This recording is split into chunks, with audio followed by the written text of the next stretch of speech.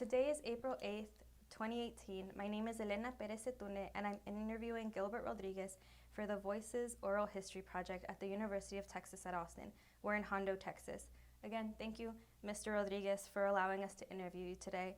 As we said earlier, if there's anything you do not wish to talk about, we respect your wishes. If there are things that you want to talk about and we don't get to or I don't ask you, please let us know. We may stop recording if you need to get a drink or use the facilities. Just let us know. Today we're going to be talking about your life in general, but more specifically about your public service career and politics in Medina County. So just to start, can we just start with where you were born? And can you please state the place and the year? I was born in Hondo, Texas, at the local hospital on September the 2nd, 1963. Is that where you also grew up, in Hondo? No, I grew up in a community east of Hondo, which is known as Natalia, Divine Natalia area, which is still within Medina County. Can you talk a little bit about growing up in Natalia Divine area? Growing up, our family were migrant workers. We worked the fields. I started my grade school in Natalia Independent School District. Actually, I spent my whole 12 grades in Natalia School District. Can you talk a little bit more about your family being migrant workers? What kind of migrant work did you do? Did you move around a lot? We were fortunate that we did not move around during our migrant time. My grandfather, on my dad's side, started a business of custom hay baling. So we would cut and bale hay for area ranchers within our geographical area. So we continued doing that throughout my whole childhood and adult life. But also my father did work for civil service. At the time was Kelly Air Force Base in San Antonio, Texas. He served as a firefighter, then went over to fire inspector, then back to a firefighter. And of course, us going through school, my brothers and sisters and I were going through school. After school, we would go and change clothes and go meet Grandpa to continue the work of cutting and baling hay. You mentioned your father was a firefighter and he also was a public servant. Did he influence you or inspire you to get a career, to begin a career in public service as well? He did. He was my inspiration all the way through, because not only was he a professional firefighter, he was also a volunteer firefighter serving the area of Divine Volunteer Fire Department. Plus, in 1970, he joined Medina County Sheriff's Office as a reserve officer, which was a non-paid officer, a volunteer officer. Mm-hmm. Growing up, did you think you were also going to be an officer? He was very influential to me in both the firefighting and in law enforcement. As I was getting older, I could see that I wanted to do what my dad did, because he was my hero. Yeah. Did your dad or your grandparents, or how many generations of your family have been in Medina County or Texas, or did they immigrate? Well, they migrated here. My mom's parents migrated here from Mexico.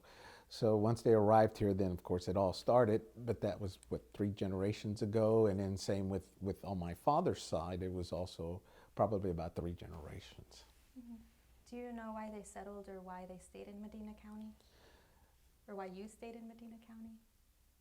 I stayed because of my parents. I felt like they needed me.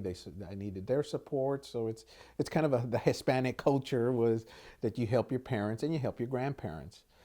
My grandfather, on my dad's side, he was originally from here, so he just stayed in the area. He did do migrant work at earlier ages, way before my birth. They would go to Arizona and work the fields in Arizona, California, and then return back to Texas. So currently I still have family members, uncles and aunts and cousins in Arizona and California as a result from this migration up through that area during the time.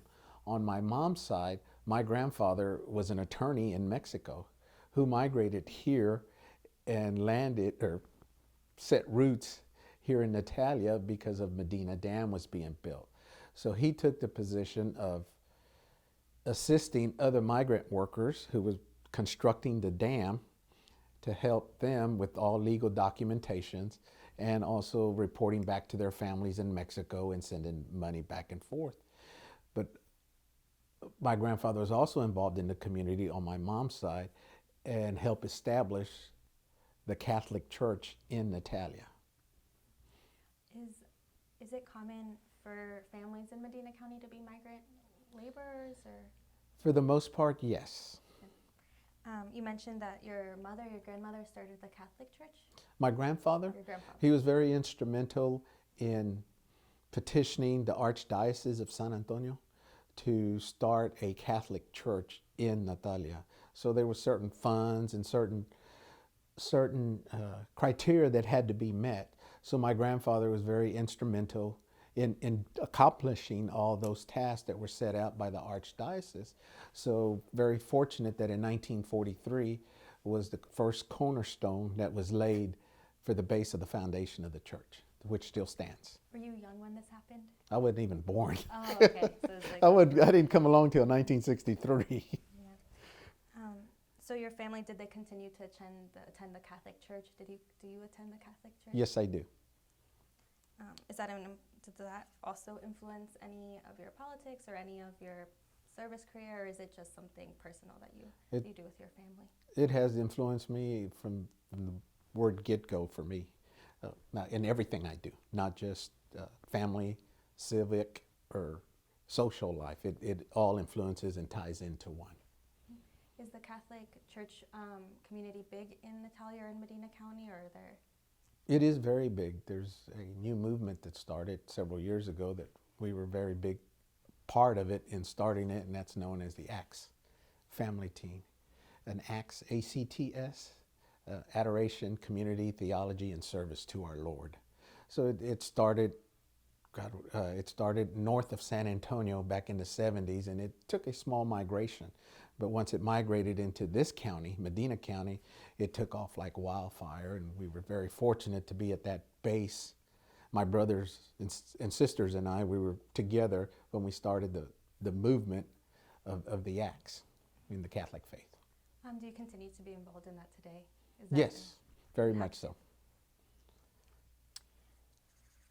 Were any of other members of your family officers or law enforcement or involved in civic engagement?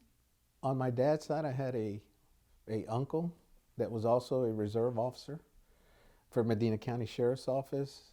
I've had on my mom's side an uncle that's also was a deputy sheriff in Medina County Sheriff's Office. Two other brothers were also volunteer firefighters along with myself. So our family has been very fortunate to be involved in loving and caring for our community. You were a volunteer firefighter. Can you talk a little bit more about that, or why you got involved? Well, I mainly got involved in it back in 1980. In 1980, as a matter of fact, because seeing my father, seeing what he did and how he would help people in need, especially in their time of need of a structure fire or a house fire. So it's just something that I wanted to do, and following my hero. So I've been a volunteer firefighter since 1982 and to present, and still serving our community as a firefighter. You already talked about this a little bit, but what kind of work did your parents do? Mom was a housewife. Dad was the sole provider of our family, in a family of 6. Again, Dad worked as civil service with Kelly Air Force Base, and he started out as a janitor, and then went up the ranks to firefighter, then from firefighter, fire inspector, then back to firefighter when he retired after serving 38 years as a civil service worker for Kelly Air Force Base. Wow, great. So part of the Oral Histories Project is to talk about Mexican Americans in Medina County. So what was it like for Mexican American families to grow up in Natalia Divine when you were a kid? When growing up, mainly in the Divine area, it was tough. My father had talked to us about segregation. There was even some restaurants in Divine where we could not go in the front door, we'd have to go in the back door. Or there was a certain spot in the restaurant that we could only sit. There was farmers back then, ranch owners and large farm owners that would hire Hispanics. And their house would sit half a mile to a mile from the roadway. So the worker, usually a Hispanic worker, would have to ride in the fender of the truck from the house up to the gate just to open the gate for the landowner, who was not Hispanic, who was white at the time. And so that was a lot of stories that my dad would tell that pretty much we've overcome. Does it still exist? Oh, yes, it does. Have I seen some of it? Yes, I have. Have I experienced it? Yes. In what ways is that still present? You can still see it. It's dying. I know firsthand experience with my children when they were young. And now they're in their 30s, but back when they were growing up, some of the parents or grandparents of their friends, you could tell were very standoffish, very clannish, would make little comments. What kind of comments? Comments like, they're brown. You don't play with them, they're brown, or don't do this because of who they are. So it was back, as far back as 20 years ago. So, and also through my campaigning, when I ran for sheriff in hold on. Let's see, in 1999, when I ran for sheriff, I ran a door-to-door campaign where I literally went through all the doors in all the 5 towns in Medina County and would knock on doors and talk to people. And you could tell who would want to talk to me and who would not want to talk to me. Here in Hondo, my son and daughter were with me, and we went door to door in one subdivision, a predominant ritzy subdivision here in the city limits of Hondo, where there was probably about, I want to say at least 90 homes in this subdivision. And we went to every door, knocked on every door. And at the election results, I only got 1 vote out of it. And it was predominantly, I would say about 90% of it was white. Wow. Do you have any stories or a memory or something you remember the most from going door to door? Not only in the subdivision, but everywhere, like something that comes out or a highlight? The best part is getting to talk to everyone, especially the people that were sincere, and a bunch of them that were just so lonely to receive company at their door knocking, like in the old days. It was a wonderful and satisfying feeling that we were able to bring some type of joy to that family or to that person.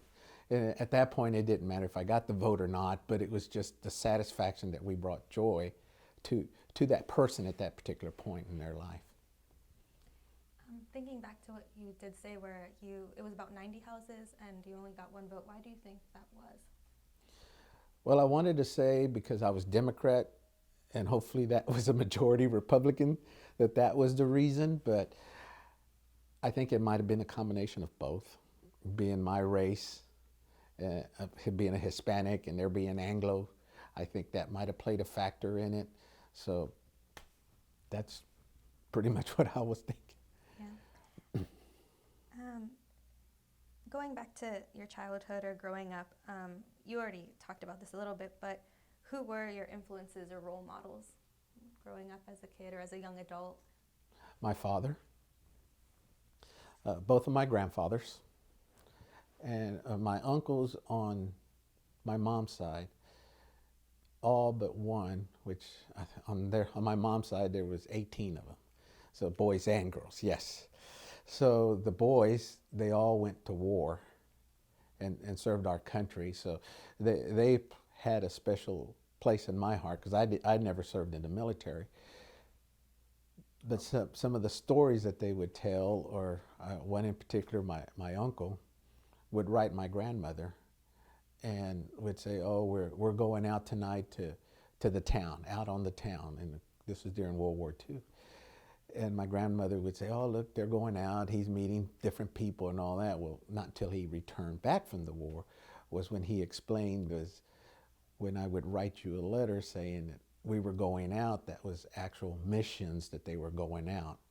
So that was really unique to me.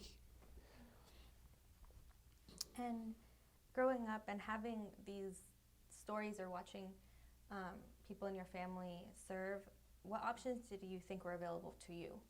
So what options were available to you, or what did you think you were going to do? Well, our options were endless. My father instilled in us that we could do whatever we wanted to do, and he would do his best to accomplish that. I was the youngest of 6. My older brother was self-employed.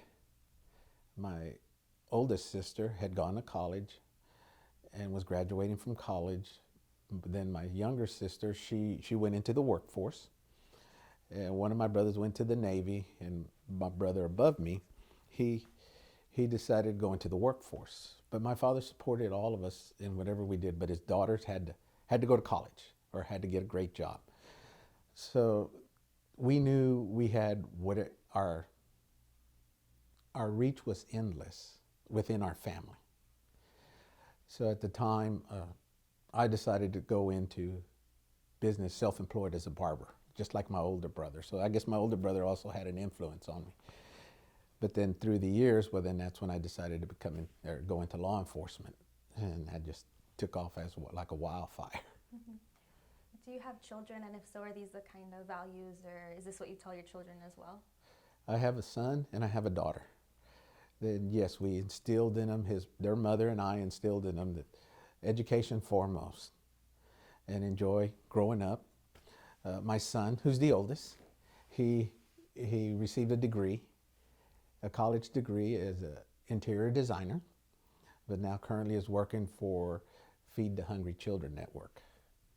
My daughter is a pharmacist, so she graduated from college and is a pharmacist in Austin.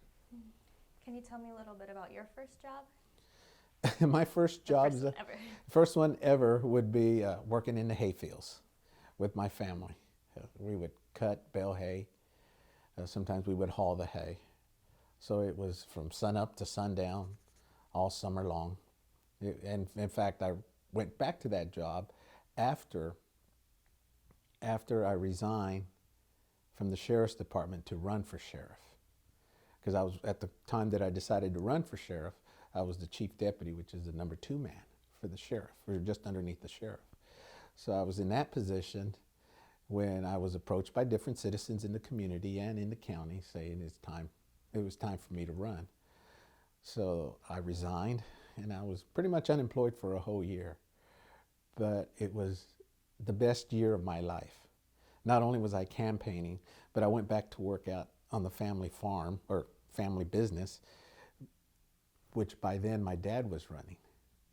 So I got to spend that whole time with my father, which, not to say we didn't before, but it was more like a full time that I was with him.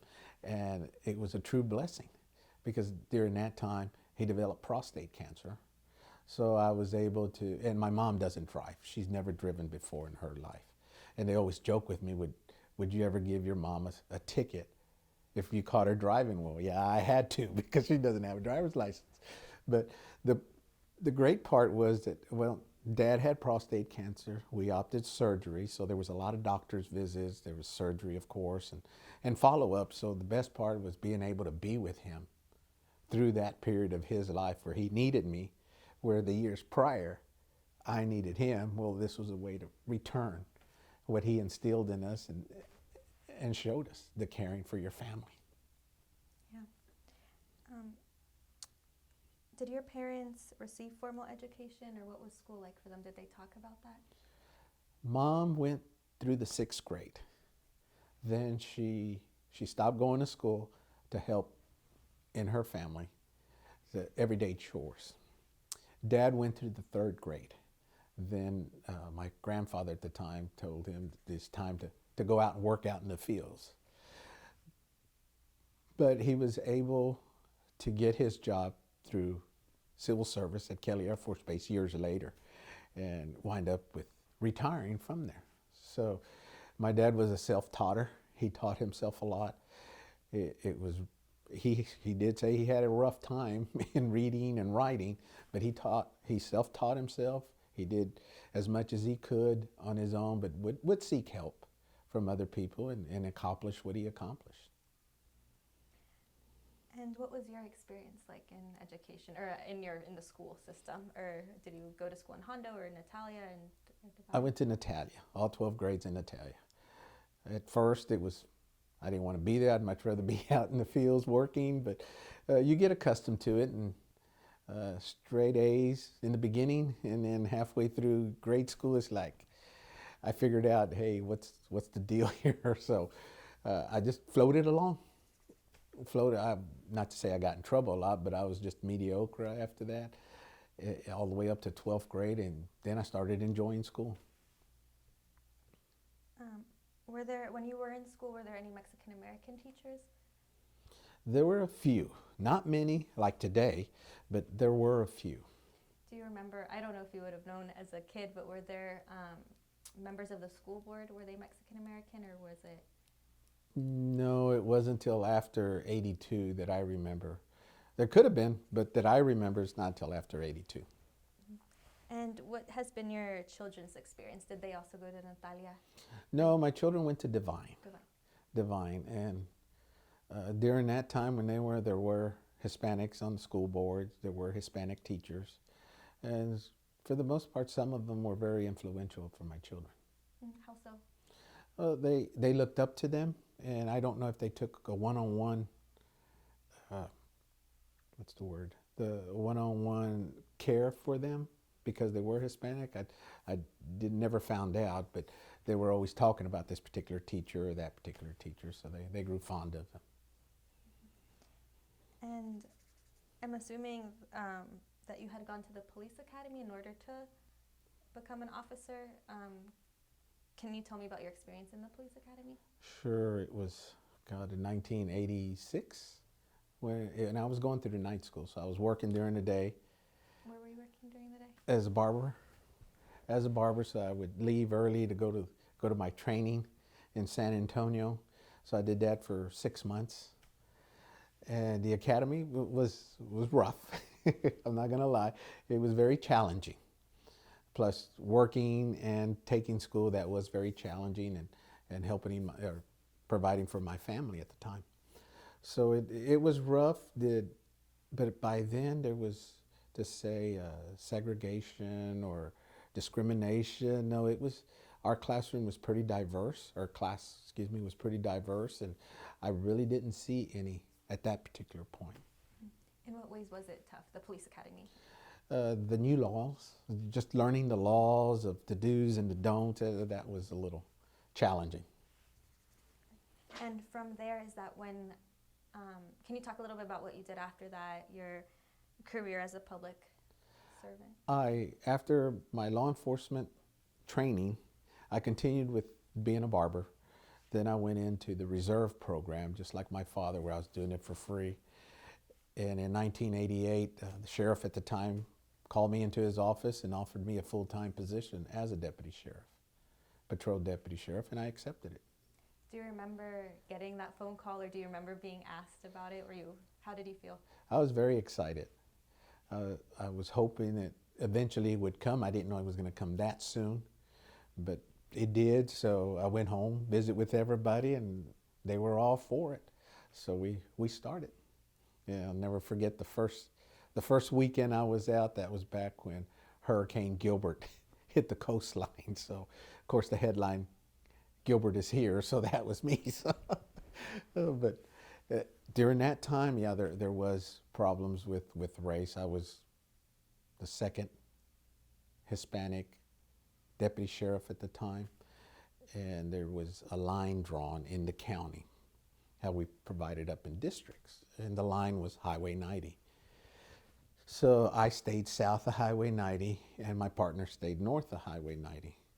Well, there was one particular community north of Highway 90 that was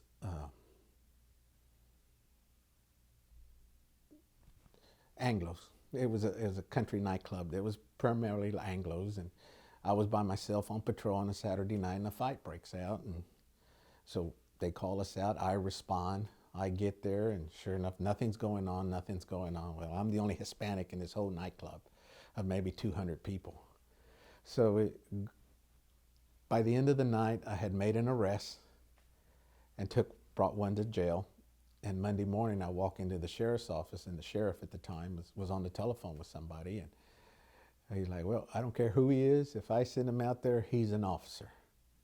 And hung up the phone, and he starts to tell me that they were complaining that I had gone out there, not about the arrest, but that a Hispanic had gone into their nightclub or into their dance hall. So the next step was the sheriff said, anytime you need to go over there, you go over there. So that was, I think that was the second weekend that I was on patrol that happened. When you did go to the nightclub, were people just not responsive, or were they saying that they didn't want you there? They were non-responsive. They were looking right through me like I wasn't even standing there. I was being ignored. That being your second weekend, did that discourage you, or how did that, do you remember how that made you feel, or what you thought about it? Were you expecting it? I kind of was expecting it because I'd heard rumors from other officers about it, but it didn't bother me. I'm the type that will look at it at a different standpoint, from a different direction, so I just get amongst the middle of them and start talking to them, stick my hand out, shake their hands, and use the KISS method, kill them with kindness. And that was the process that I took and that I did toward them. And why or how did you decide on law enforcement? You already talked about your career a little bit, but what prompted that decision, or why did you become a law enforcement officer? Well, because of my father, of course, but then it was a satisfying feeling helping people in need, especially in their time of need. So when I was asked to become the deputy sheriff, of course we accepted it and we moved forward. So I was on patrol, and back then we were very fortunate that we could work our own cases. So I started working cases and being able to help people, especially in their time of need, when loss of a loved one, whether to death or missing or some of their property being stolen. It was very satisfying to be able to prove and solve a case and be able to bring someone to answer to those charges was really satisfying. And so that's where we continued moving forward. Shortly after that, the sheriff retired, a new sheriff came in. Fortunately, he saw my potential and promoted me to investigator, so I was investigator for a number of years, where I investigated all kinds of cases, felony cases, and it was great experience. Can you talk about some of your more interesting cases, or ones that you just always have in your mind? Well, there was one actually there's two in particular. One was where a Hispanic female was gagged, bound, sodomized, and then murdered and tied underneath the bed, which turned out to be, at her home, which turned out to be the mom's boyfriend. He was from Mexico, so at that day after he murdered her and did all that he did, he placed her under the bed, he boarded a bus and was gone. He was not seen ever again. So one of my missions, or one of my goals, was to, one, solve the case, two, find him and bring him to justice. And at the time, back in that time, there was no agreement between Mexico and the United States on unwanted fugitives from throughout, bringing back and forth from the United States and that go to Mexico to abscond. So in working the case, we developed relationships with Mexico, United States, and different agencies. Fast forward to 2002. By then I was already sheriff. The murder occurred in 1995, I believe. So that whole time, we had warrants, a murder warrant for that person. We were just trying to track him down. So through contacts that we made in 2002, we were able to, with Mexico's assistance, apprehend that subject in Nueva Rosita, Mexico, where he was arrested, detained, tried in Mexico, because Mexico does not believe in the death sentence. So we, in this district, had to give up we had two options. One was let Mexico prosecute him, or two, we give up the death penalty. So after deep conversations with the prosecutors and family members, we opted with Mexico prosecuting him. So Mexico prosecuted him, found him guilty, then sentenced. He was sentenced by a judge and was only given like 10 years. So the prosecutors appealed it and retried and came back with 40 years. So we believe he spent the remainder of his life in prison in Mexico. The second one was up toward Medina Lake. A property owner discovered a skeletal remain of a skull. And we had to repiece that whole case, and finding out that that case, or that person, my main goal is to identify the person, to find out who that person is, to bring closure to the family, because we knew someone was missing, that their family's been looking for him, and actually bring closure to them to say, hey, this is him. So it took us a while to identify who the person was, and working on a totally different case at Lackland Air Force Base with a special agent, we were able to determine that this was the person that was missing off base. And as the story progressed, he was abducted, his ATM machine was used, and then literally was murdered and placed and dumped in Medina County. So that case went unsolved until later on the gentleman decided he wanted to confess and was confessing, and the part that he was confessing to matched this homicide. So we were able to prosecute him and sentence him to the penitentiary. This case was part of a A&E documentary in which you're featured. Can you talk a little bit about that, how you felt to be part of the documentary that featured this case? It struck me very unusual because by then I was no longer sheriff. Through those years, I became sheriff in 2001, and I left the sheriff's office in about 2008, so this came years later.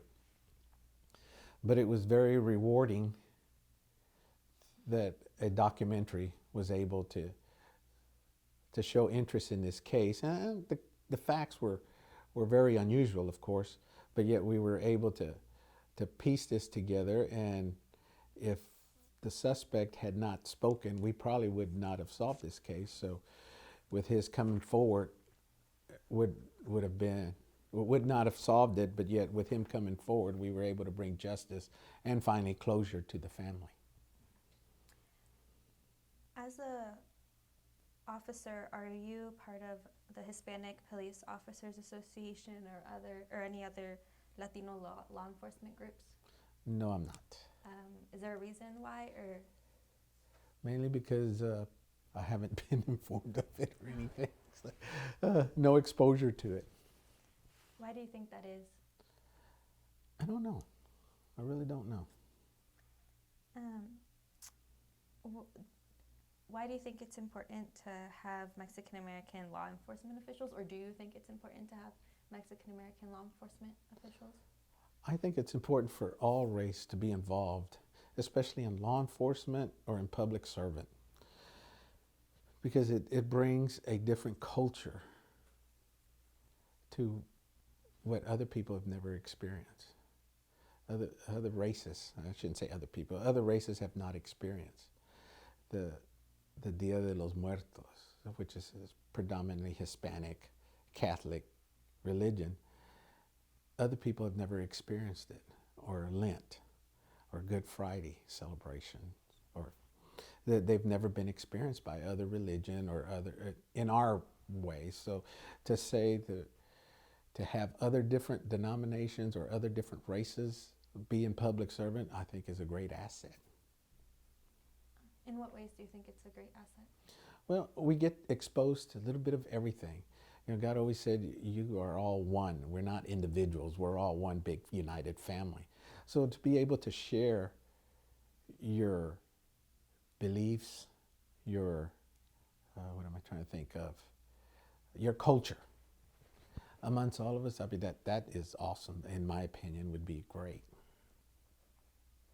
And do you do anything, or do you try to get more young people to consider law enforcement, specifically Mexican-American young adults? Not only law enforcement, but firefighting, any first responder roles. We're very active in our school in Natalia to talk to our children, to say, hey, look, this is a great field, but this is what you need to do to accomplish that. So it's constantly, and yes, we're constantly visiting with our students, especially Hispanics, which Natalia is about 80% Hispanic, that we can say, hey, there's golden opportunities out there, especially in first responder field. Can you talk a little bit more about going to schools? Did you start doing that, or was there already a program in place? When I became chief of police in Natalia 5 years ago, there was a school resource officer on campus. But the mindset of the department was a responsive mode, meaning the crime would occur, they would go act. Well, we decided, or I decided to change it. We are proactive. We want to be ahead of it. We want to be in front of it. If something should come about, we want to be there and already know about it. So what better than our youth? We want to get to our youth, explain to them the rights and wrongs. So we integrated into the school system, not only through our SRO, which we reprogrammed him to be proactive. Myself and my other officers, we all are proactive. So we go into the school, we talk to our children. And it's very common that we'll stop at a restaurant and a student will be walking by and high-fiving. How's it going? You know, where before none of that ever happened. Their nose was turned up toward us. You know, it's because of the stigma.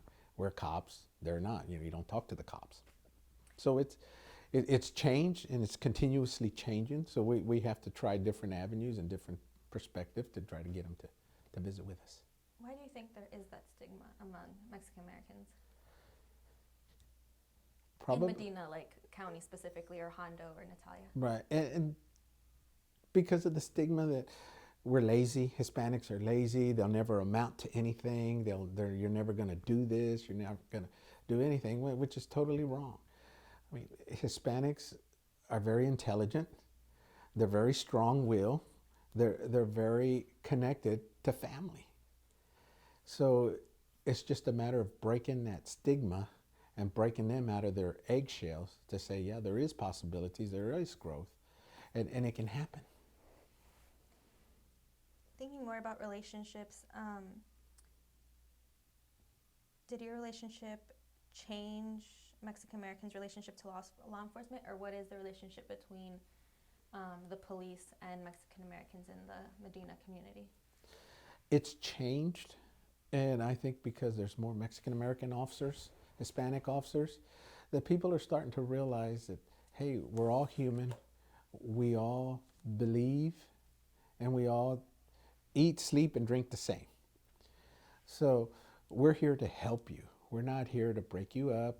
We're not here to just put you in jail. And no, we've got different avenues for different situations with families, Hispanics, Anglos, Blacks. It doesn't matter.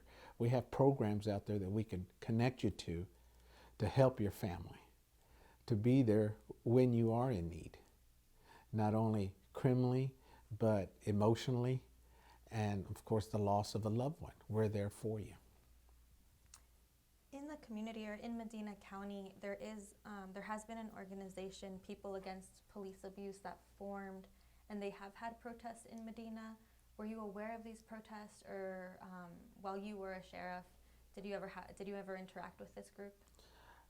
I knew of the group growing up, and I believe it was more like in the 70s, early 80s, if I'm not mistaken.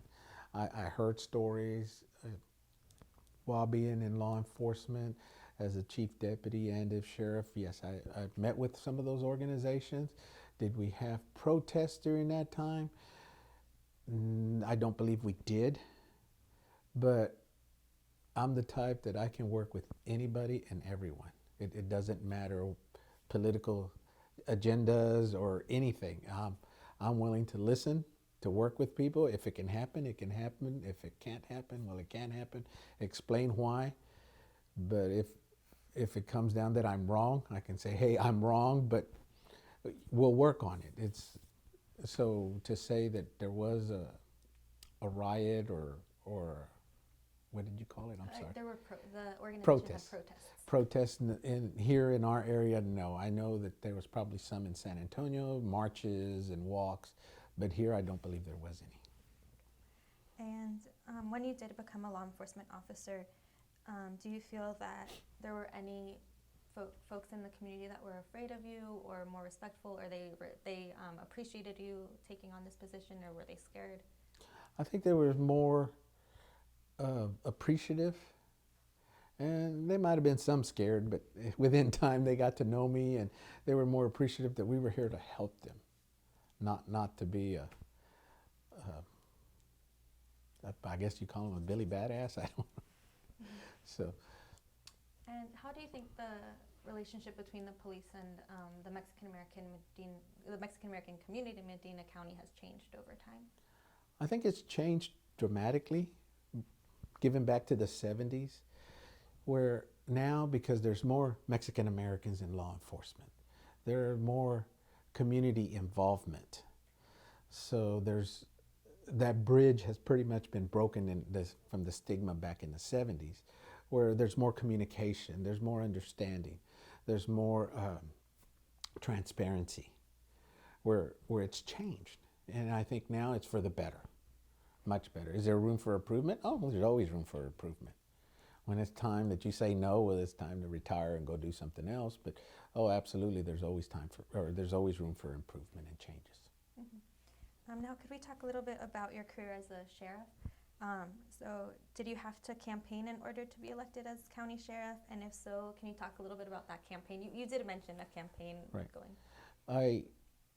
When I decided to run for sheriff, I ran against my old boss, which at the time was a sheriff. So we were both in the Democratic Party. So we started door-to-door campaigning. Within Medina County, there's 5 towns and a couple of communities. So my family, supporters, and I went door to door, pretty much through all the communities, campaigning. The day of the campaign, we won 60 to 40%. So we unseated the current sheriff. Then in the general, I had a Republican opponent. And again, the same concept of going door to door to campaign. And I believe I won that race like 80-20%.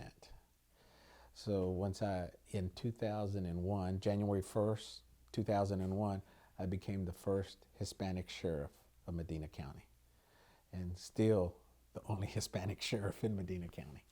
How did you feel when you were, I don't know, you were told that you had won? How did you feel when you realized that you were going to be the first Hispanic Sheriff of Medina County? It was a wonderful feeling. I dedicated that campaign to my father, rest in peace now. But it was awesome to prove that you could accomplish your goals and accomplish your dreams just by working hard. Regardless of your background, we broke that barrier of the stigma that, oh no, he's Hispanic, no, he's white, or whatever. We broke that stigma. And we united as one to accomplish our goal to be elected as sheriff. You mentioned that you were the first, and so far you've been the only sheriff of Medina County. Why do you think that is? Others have tried. Other Hispanics have tried to run for sheriff, but they never accomplished it. Was it my campaign going door to door through all the communities in Medina County where the others did not do that or relied on someone else to do that? I believe it was probably a combination of going door to door campaigning, letting everybody see you. It didn't matter who or what or whom. They saw us knocking on doors, asking for votes. I feel that the citizens of Medina County were in need of a change of a sheriff. They were wanting that. They were wanting somebody that they were able to trust to do that. That's how I believe I was elected sheriff. Do you remember, or could you talk a little bit about the opposition, or did you get any negative reaction when you did apply or when you did announce your election as sheriff or your campaign as sheriff? Like I said, I was the chief deputy to the sheriff. I was his right-hand man. I did not appreciate when I was being asked to run for sheriff. I was undecided because I'm the type of person that if I work for you, I'm loyal to you. I ride for the brand. But through the years, I could see where he was getting disconnected from the citizens. He was being very, very disrespectful to his employees. And a couple of times I brought it out to his attention to be ridiculed because I brought it up.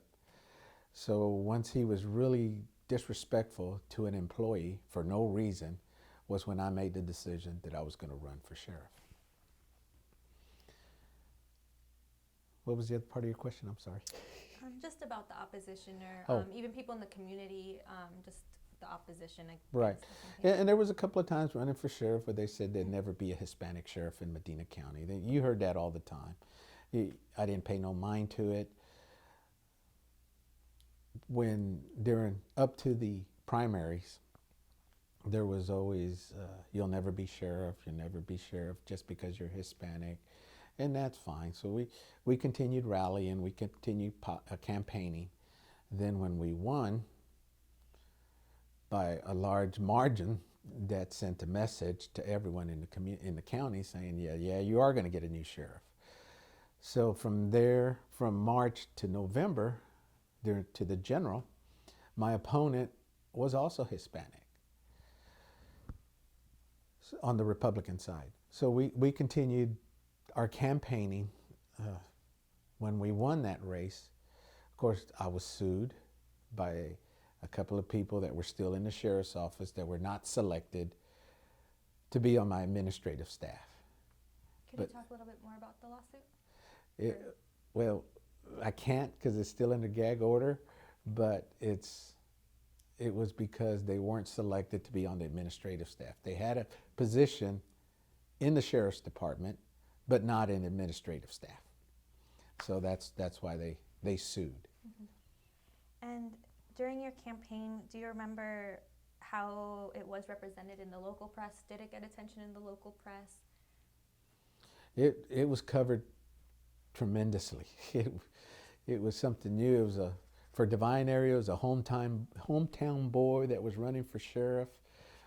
They were really rallying. They've known our family. They've known us. They've known me for years.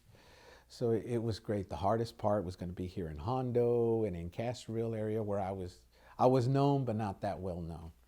So we concentrated in that area. We flooded the area with advertisement. So it paid off. Why were the other areas going to be harder? Because they didn't know me as much or as well as they did on the south part of the county. After that first campaign, I ran for re-election, and I won that 90 to 10% or something like that. So they knew me. And again, I only had an opposition in the general, not in the primary.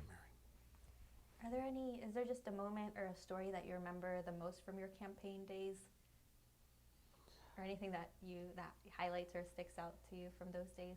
We always would go to different rallies, especially here in Hondo. And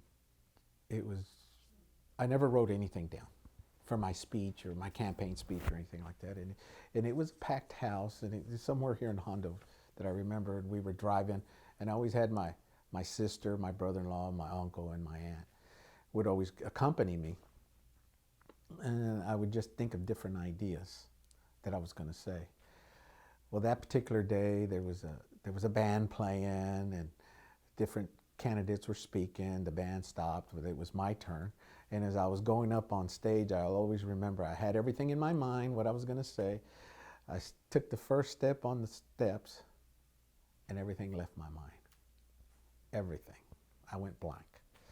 I continued walking up on stage. I stood up on stage in front of the microphone, and I just started talking, and it just all came out. It all blurred out. Totally different than what I thought about what I was going to say. It was totally right wing when I was talking, and it paid off. It worked great. And for the campaign, how did you raise money, or did you have volunteers? Funny you should mention that. To run for office, you have to pay to be on the ballot. And at that time, countywide was about, I want to say $1,500. So again, I was unemployed. I needed to pay up. So my mother, God love her, she and I come up with this idea. So it's like, okay, we made tamales and sold tamales for my campaign, for my filing, which was $1,500. We sold tamales and made tamales, just her and I. And we raised well over $2,500. So not only did we pay my filing fee, we also had money left over to start our advertisement. So that was a miracle. That was amazing. And again, that's mom. That was my mom. That's the type of person she is. She works relentlessly to do that. Yeah. So your mom sounds very supportive. Were your parents very supportive of you? You kind of already talked about that, but about your campaign, or were they? Absolutely. They're the backbone of my campaign, and still to today, they're the backbone of my period existence. And going back to now the raising the money, did you have donors throughout the campaign, or was it more of you just needed the money really to apply? No, I had donors. We had fundraisers. And by the time we were doing fundraising and donors would donate, I mean, it was a wide spectrum of people that were coming to donate. I had some that were $5 to some that were $1,000 and $2,000. It all varied. For the donors, did you ever feel like you needed to compromise because of donations, or did donors ask for anything in specific? No, they did not. I can honestly, there was one in particular that did come with restrictions or, ear tag, and that money we did not accept. And while you were campaigning and fundraising, were there people that you just knew you shouldn't ask, or even if you did, you just didn't? Yes, there were people like that, but we still asked them anyway. We still talked to them. We still shook their hand, even though knowing that they weren't going to vote for me, and it didn't bother us, or it didn't bother me either. And did you have a staff, or was everyone pro bono, or was it your family members that were your staff? My family members that were staff. There was one in particular that was going through college, and it was like what do you call it? Internship that wanted to ride along, said sure, so they came along with us. And my goal at the time was at least make 10 contacts per day until the election. So make 10 contact with 10 different people and 10 different residents a day, and that's how we accomplished it. Mm-hmm. And were you going specifically to Mexican-American communities during your rallies or campaigns or speeches? I went to all of them. All of them? It didn't matter. I even showed up in places where I wasn't invited, just to prove that, hey, I'm here, I'm running for this office, and you have a choice. And do you have any campaign memorabilia, or did you use signs, or what was? I used signs, I used buttons, I used all kinds, anything and everything that you could think of. Mm-hmm. I did. And what impact did the campaign have on your family or friends, if any, or did it impact them positively, negatively? I believe they positively. We were able to show that I only have a high school education with a little bit of college, and we were able to show and prove that anyone that sets their mind, that are dedicated, especially for the community, that can accomplish. And so you had already mentioned this, but you were the first Mexican-American Sheriff once you were elected of Medina County. And how or why was this significant to you? Because it never had happened. All those years that they'll never amount to anything. Well, we did. and we're living proof. So in my opinion, it was a major, major goal and accomplishment. Who was telling you, or who was saying that you would never amount to anything? The Anglos. Can you tell me a little bit about your time as Medina County Sheriff? What were your goals and your accomplishments? My goals at the time was to unite the Sheriff's Department again, bring it into the 21st century, solve those old cases that were lingering, and also solve the newer cases coming about, and being able to form the Sheriff's Department a department for the people, that we were there for the people, that we were caring for the people, not only responding when they needed us, but responding every day to any needs. Show the people that we did care about them and that we were here for them. In what ways do you think that you were able to show that to the community? Shortly after my sheriff's appointment, it was in September of my second year. On a Sunday evening, we were notified of a baby that was dumped on the side of the road. We responded, and the baby had deceased. The baby was only alive for a few hours and was discarded like a piece of trash. I was very, not fortunate, but I was very honored that when we worked the case, we didn't have a name. The umbilical cord was still attached to the baby. It was a little girl. My staff and the other adjacent law enforcement agencies, we band together, not only to work the homicide, but to give this baby a proper burial. We named her Baby Hope Medina. So we through a funeral home, gave Baby Hope Medina a proper burial. In fact, here in the local cemetery, where I still go and visit her, I still mow her grass. Different people from the community donated money for the burial, for a headstone, and all the little toys and trinkets that are there now. So it was a wonderful feeling that we were able to rebuild that sheriff's office in that short amount of time, that God, for some reason, did this and put this task in front of us, that the county and the community came together to care for one of his own little angels that he called home real soon. And as the first Mexican-American sheriff, do you think that you were perceived differently from the Anglo sheriffs by your coworkers or the Anglo or Mexican-American community? Say that again? As the first Mexican-American sheriff, do you think that you were perceived any differently than the Anglo sheriffs by either the Mexican-American community or the Anglo community, or your coworkers or your employees? Well, I know the previous sheriff didn't like me after that. The sheriff before him opened me with open arms. So I think I was accepted once, and I believe it was more of the election results, of the high numbers that we won by, that I believe that I was accepted more openly by the Anglo race, because they too voted. They too elected me into office. So they saw me as an individual at that point versus Mexican-American, Hispanic, Mexicano. I think they accepted me as a person, but then wanted to know what I was made of and what we were doing. And after you were the sheriff, later you left and you started a campaign for county judge.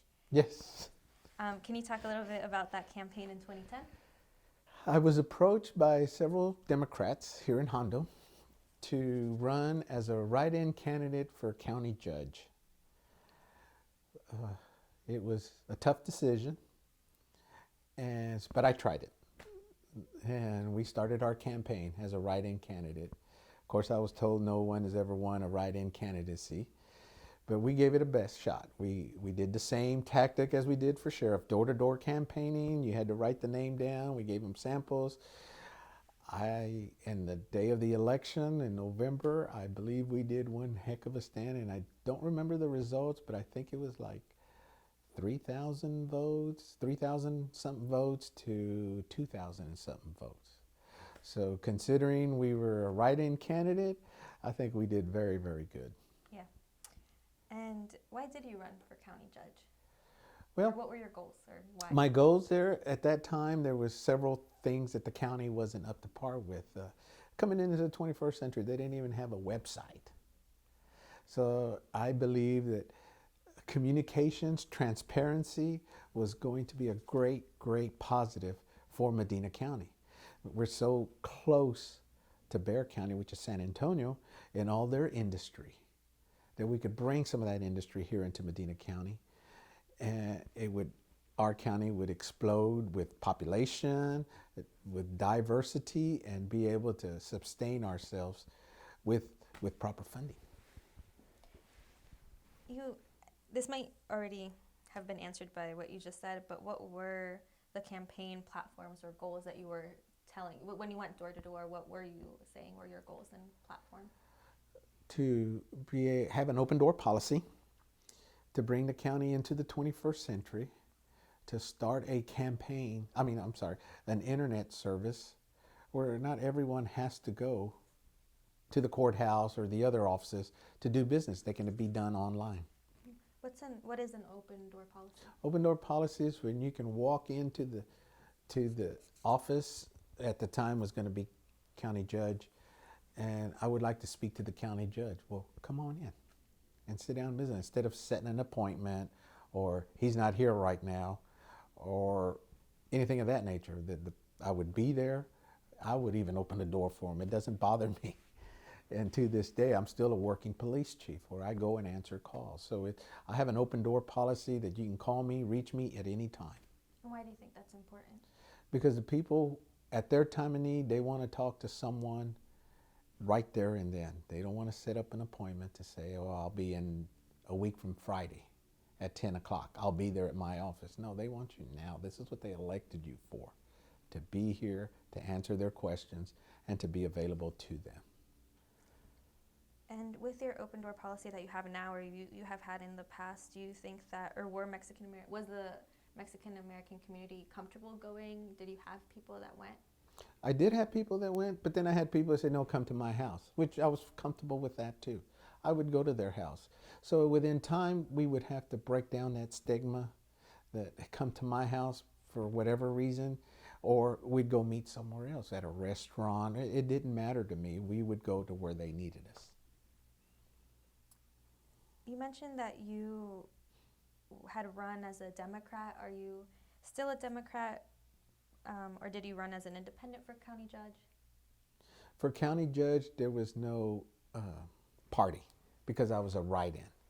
But my beliefs were Democrat. My beliefs are some from Republican. I'll pull from everywhere. Not to say that I'm independent, or not to say I'm mainly Democrat, but Republican, ideas from Republican, ideas from Independent, and of course ideas from Democrat. I mix them all together. If that's what's going to work, then by golly, we'll work on it. What kind of ideas?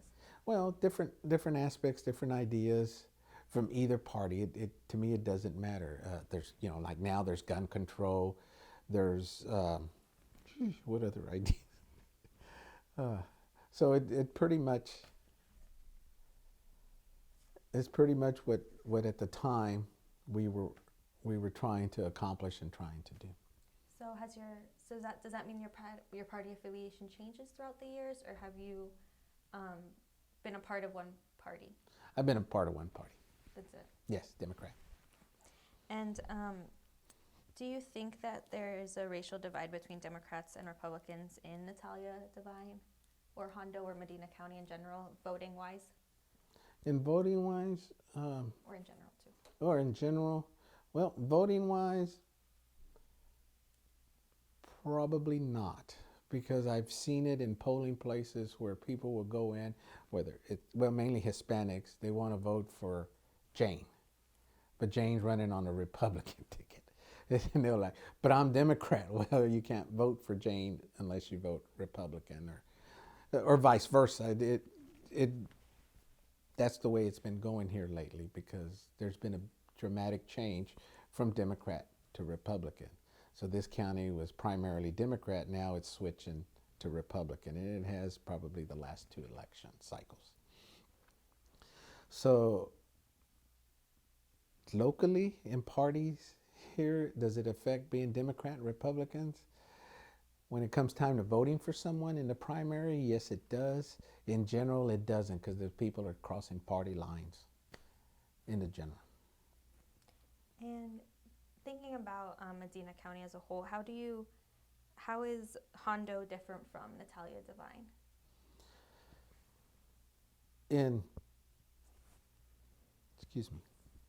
In Hondo, the Hispanic are very, very pro-voters. They come out in numbers, in large numbers, the Hispanic race. Where in Natalia, the Hispanic voters are a low turnout. Why? We've been unable to determine that. We offer rides, we offer a polling place in Natalia, but they just get complacent when it comes to voting. Devine is a split between 50-50 and Hispanic voters. Again, Devine, it was very strong Democrat, and it is also changing now to Republican.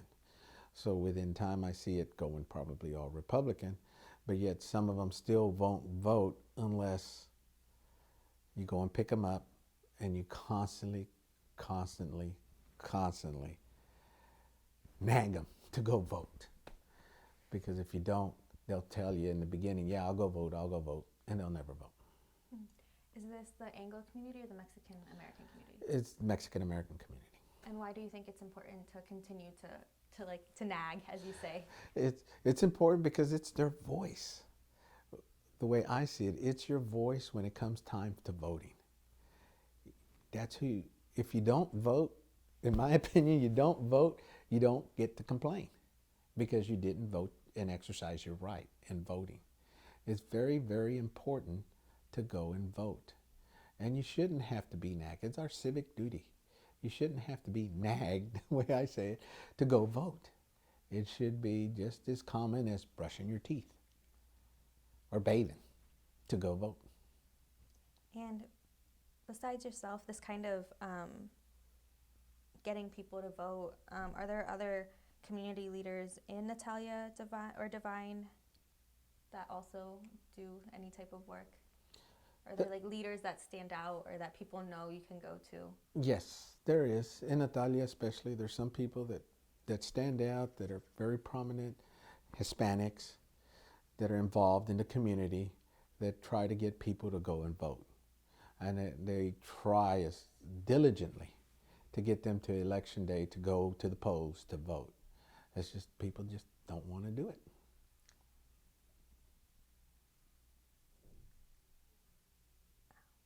Could you tell me a little bit about La Azteca and Natalia?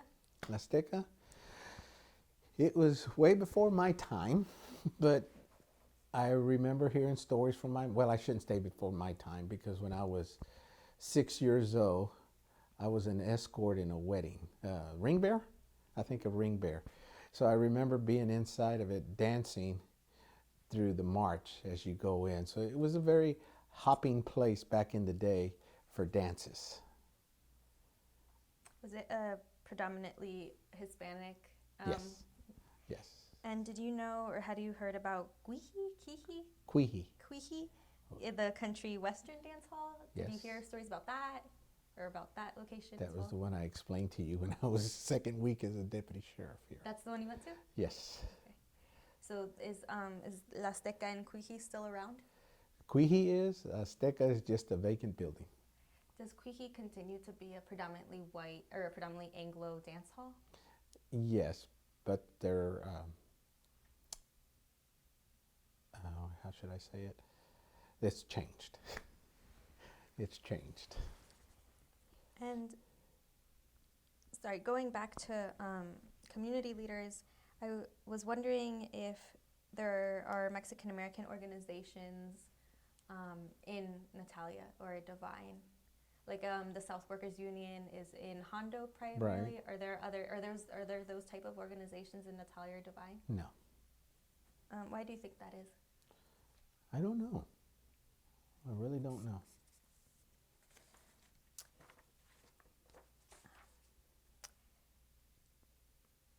You kind of already mentioned this, but why do you think that there hasn't been more political engagement in Medina County, in Natalia? Sorry. I think because people just don't think it's important, that it's going to happen either, regardless if they go vote or not. And we're trying to figure out how to change that stigma from those people, from the people, that it is important to vote. Nationally, it probably doesn't count, but locally, it does count. It does make a difference in our races. And were you aware of the student and parent walkout of 1974 in Hondo? No. And do you remember in 2000, or were you aware that in 2008, Virginia Gonzalez, Chabel Lopez, and Lucio Torres were elected to city council as members? Do you remember the campaign or election? Because that was in Hondo, or does that apply to Natalia?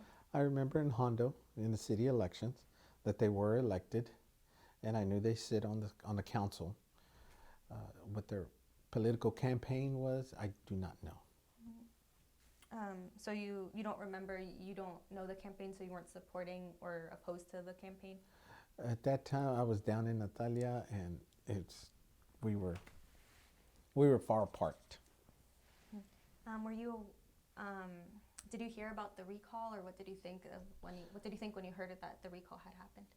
I remember hearing about the recall in the paper, and through my father-in-law at the time was telling me about the recall. Don't remember what the outcome was, and I don't even remember the purpose for the recall. Do you think that community members in Natalia heard about the recall or were affected by the recall in any way or discouraged by the recall? As there was like 3 Mexican American. Right. I remember, I know that they knew about it. Did it have an effect on them? I don't believe so. Did it have an effect on you, or it was just something you had heard about? No, it was just something I had heard about. And can you talk a little bit about the representation of Mexican Americans in local government in Natalia and Divine? I know that it's starting to come about. I know that it's coming up. I know more Hispanics and Latinos are starting to run for office, which is great. I wish them all the luck in the world. And it's a great feeling knowing that they are doing it. But yes, it is increasing. And were you aware that in Medina County there was a Voting Rights Act lawsuit filed by MALDEF, the Mexican American Education Fund? I was just, if you were aware of it, or... I knew of it. I knew it had happened, and I know that they redistrict boundaries, and I know that went on. When you were hearing about it, were you in support of MALDEF? I think at that time I was running county-wide election, so it really didn't affect me election results because I'm county-wide, not district. So it really, at the time, I was concentrating on my race, so no. And were you active in LULAC? No. And if not, what did you think of LULAC or like the Southwest Workers Union? Right. I know of the organizations. I've heard of the organizations. I know they have strong beliefs, which is great. They should, and I I just never got involved with them. Uh, and I guess more of a lack of, on my part, not knowing the true meaning behind it, or what the actual down to the root knowledge is my fault. And so I think we're gonna start wrapping up, but how do you think that this interview will shape others' understanding of Natalia or South Texas? Well, I hope it changes the people's mindset, especially Hispanics and Latinos, where they need to come out and run for political office. I hope that here in Medina County, that my race, as a sheriff race, that we were able to break that stigma that Hispanics and Latinos, Mexicanos can go out, run for office, and be elected. That yes, as they used to say, si se puede, it can happen. Trust me, I'm living fact that it can happen. And have you ever experimented discrimination within law enforcement system during the time that you were sheriff? Yes, I had. There was a couple of times where he must be guilty because he's a Hispanic, or he's Mexicano, he's guilty. I saw that and heard it, and number one, dismissed it, reprimanded, disciplined the people that said it if they were under my administration or my staff.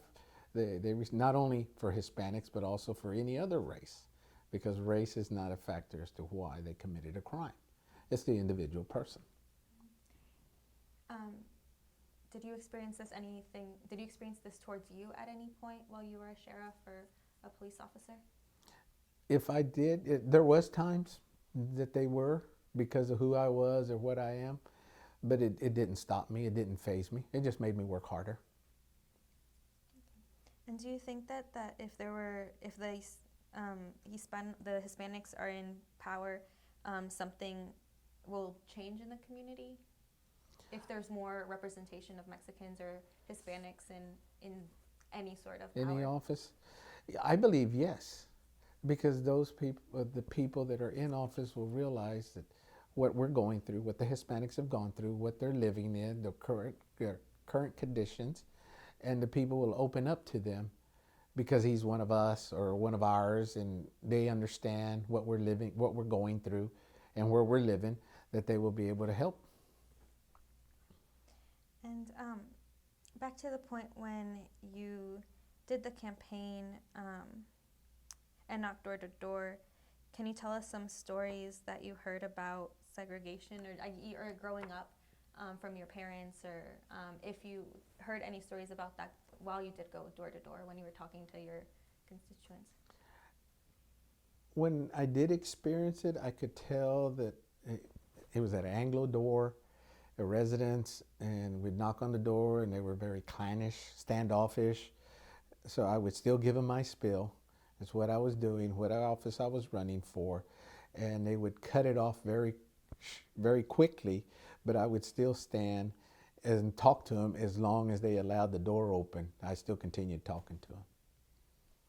And when you were working with the campaign and you talked to the Hispanic or the Mexican-American community, what were some of the things they wanted to change, or some of their goals or hopes for your campaign? First thing they would come up with, a Mexicano is running for office. They were excited about that. They knew that changes were coming because of how they experienced in the past that they were treated, the way they were treated, they may have been treated or not been treated. They knew changes were coming, and hopefully it was for the best. And I know they were for the best. And I assured them that if it wasn't happening the way they expected to call me, and we would sit down and talk. So there was a lot of positive off of the Hispanic race.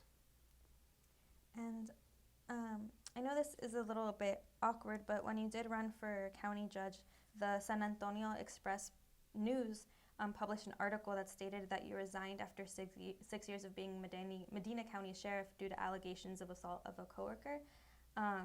Unfortunately, I have to address this because it's public record, and then if folks watch the interview, they're going to know about it and wonder why I didn't ask. So I was just wondering about that. It was in the San Antonio Express Yes, News? and that wasn't the only reason. I was going through medical problems that my doctor said I had to make a change. I had a sister diagnosed with Lou Gehrig's disease, ALS. My dad was diagnosed with diabetes. The allegation was that, an allegation. So in meeting with my family and everything we had going on, it was just best that I take a step back, regroup, and remount. In which taking a step back was a blessing for me because I was able to focus on my family, on my health, and now that in the passing of my father, which was last year, it was great because I was there for him through the whole ordeal. And he suffered a pretty rough death, as well as my sister, who now has come to her illness, which is Lou Gehrig's disease. That I don't know if you're familiar with that, but it takes over your body, all your motor skills, your breathing. You're attached to a machine. You don't longer speak. You don't longer talk. You're just limp, and that's the disease she had. So I was there for them during that whole time. So it took me back to family and my basics. So it was an allegation, an accusation. That's all it was. But it was, to me, it was a calling from God that I had to regroup and remount. So it did not happen? Yeah. And could you talk a little bit about what you do now, what your current position is? Right now I'm a police chief for the city of Natalia. I've been doing that for 5 years. I'm a working police chief, meaning I go out, take calls every day of the week, and I work with my community.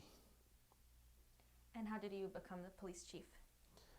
Is that a campaign, or is that No, that's an appointment by city council. I was working for Bexar County Sheriff's Office at the time, in court security, when I received a phone call from city council asking me to apply for the position. It was, again, another calling from God, because it was a blessing, because my parents were getting up in age, medical condition was going, and that's only 2 miles from my house. So if something should ever happen to them, I could run over real quickly and go to them and assist them, and that's pretty much how it happened. Mm-hmm. Would you be the first Mexican-American or Hispanic sheriff, or chief, or has there been others? Oh, there's been others, yes. Okay. So that's about it. Are there any questions that I did not ask you that you would like to talk about, or anything I missed that you would like to add about yourself or your work or your community? No.